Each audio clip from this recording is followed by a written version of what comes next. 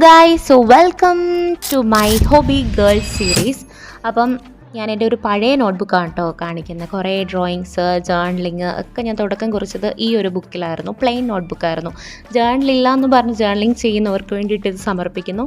So അതിനകത്ത് ഞാനായിരുന്നു Covid ടൈമിൽ ചെയ്തൊരു ഹോബിയാണ് കാണിക്കുന്നത്. അതായത് ഒരു 14 ലാംഗ്വേജ് എടുത്തിട്ട് അതിൻ്റെ ബേസിക് ഫ്രേസസ് എഴുതി വെച്ചേക്കുന്നു. അപ്പോൾ മൾട്ടി ലിംഗ്വലാണെന്നൊക്കെ ആളുകളോട് പറഞ്ഞ് നടക്കാൻ വേണ്ടിയിട്ടായിരുന്നു ഞാൻ ചെയ്തത്. പക്ഷേ എനിക്കത് ഭയങ്കര ഇഷ്ടപ്പെട്ടിട്ട് ചെയ്തതും കൂടെ ആയിരുന്നു കേട്ടോ. നല്ല എഫേർട്ട് എടുത്തു.